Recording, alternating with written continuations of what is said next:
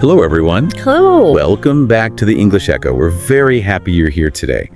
Today, we're going to talk about something interesting in simple English. Yes, we are. We are going to look at a very specific tough love philosophy today. It is a mindset about choosing very hard work right now so you can avoid being just an average person later in life. Right. And it is also about how this extreme thinking can help you succeed. Especially, how it helps you in nailing very difficult job interviews. Exactly. I mean, it is a very intense way to think. Let's start with why people fail to reach their goals. This philosophy says the reason is simple. People just prefer comfort. Yeah, comfort is easy.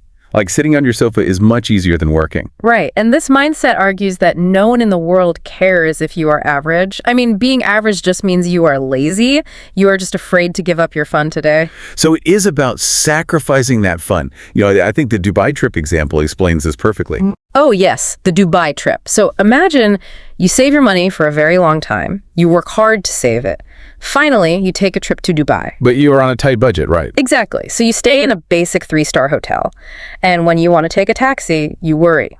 You look at the price. You worry about every single cost. Yeah, you're counting every penny. You probably wait in the hot sun for a bus because a taxi is just too expensive. Right. And this philosophy says that this is not true success. Saving money for a year just to worry and feel stressed is a trap. Wow. So what is true success then? True success is struggling now. You work very hard today so that later you can stay in a 7-star hotel, like the famous Burj Al Arab in Dubai. Oh, wow. So you just do not look at the price tag at all? Never. You just experience it. And once you experience that 7-star life, you will never want to go back to a 3-star life. I mean, that makes sense. Like the ultra-rich people, like business tycoons or movie stars like Shah Rukh Khan and his wife Gauri. Yes, exactly. For them, going to Dubai is just a normal, everyday decision. It is not this massive, stressful event. That is the goal. Right. But let me ask a gentle question here. Is it really so bad to be happy with a simple life? What do you mean? Like, what if someone is happy driving a basic 2-wheeler?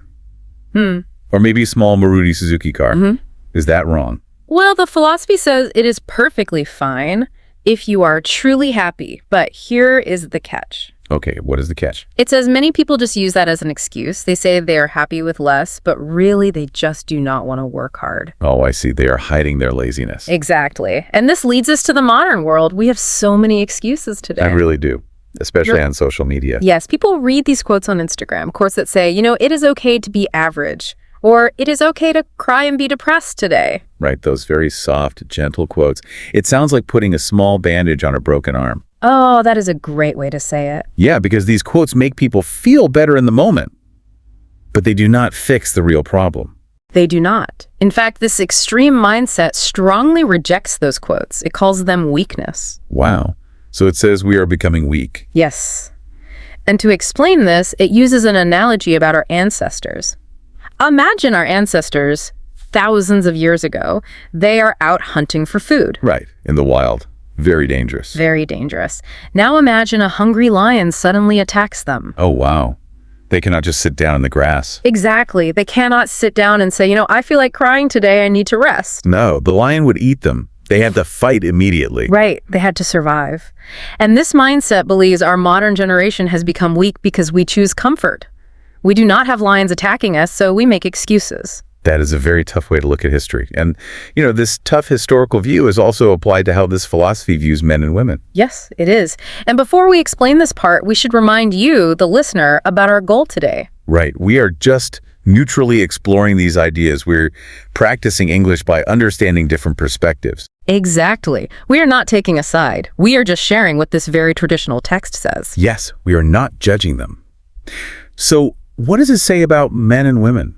Well, it argues that men and women are biologically different. It says they are not exactly equal in all things. Instead, they are meant to be a combination. A combination, like two different parts of a team. Right. For example, it describes men as being physically built to struggle and fight. It says if a physical fight breaks out, men are usually the ones called to handle it. Okay, so it views men as the physical protectors. And what about women?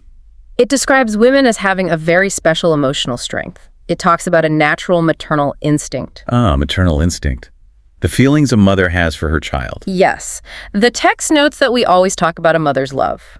A mother can understand a child deeply, but we rarely talk about a father's love in that exact same way. Right, it highlights that emotional power. And this philosophy also talks about modern feminism, doesn't it? Yes, it strongly criticizes modern feminist ideas, specifically ideas that say women being in the kitchen is a bad thing. I see. So it disagrees with that modern view. Completely. It argues that being good at cooking is a highly positive skill. It says there's absolutely nothing to be ashamed of. It is a very, very traditional viewpoint. Very traditional. But again, it uses these old ideas to explain its focus on hard work and survival. Right. So let's move away from biology. Let's look at how this intense mindset actually applies to your modern career. Yes, getting a job.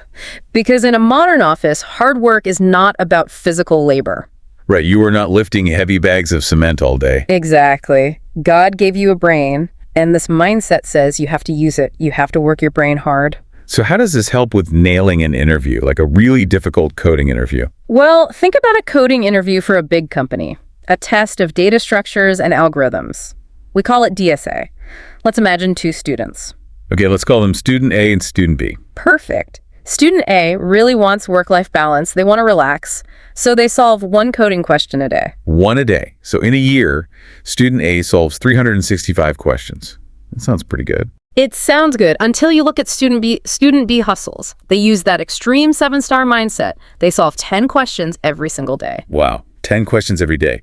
So in a year, student B solves 3,650 questions. Yes, 3,650. Now, when it comes to nailing a tough interview at a company like Google, the math is simple. Right. Student B has a 100% chance of passing because they did the massive volume of practice. Exactly. And student A, the text says student A has a negative chance. They will fail. Because true confidence in an interview comes from knowing you did the work. You know, you did 3,650 questions, not just 365. Right. You cannot fake that confidence. The text actually mocks people who cry about being unemployed after 3 years. Because they chose work-life balance instead of hard work. Yes. It says they chose to be average. It even sarcastically mentions men who refuse to work hard. Oh, right. Men who joke about just marrying a rich woman to survive. Yes. The text points out that in reality, no one will respect them if they do not earn their own way. So it all comes down to choosing the hard path today.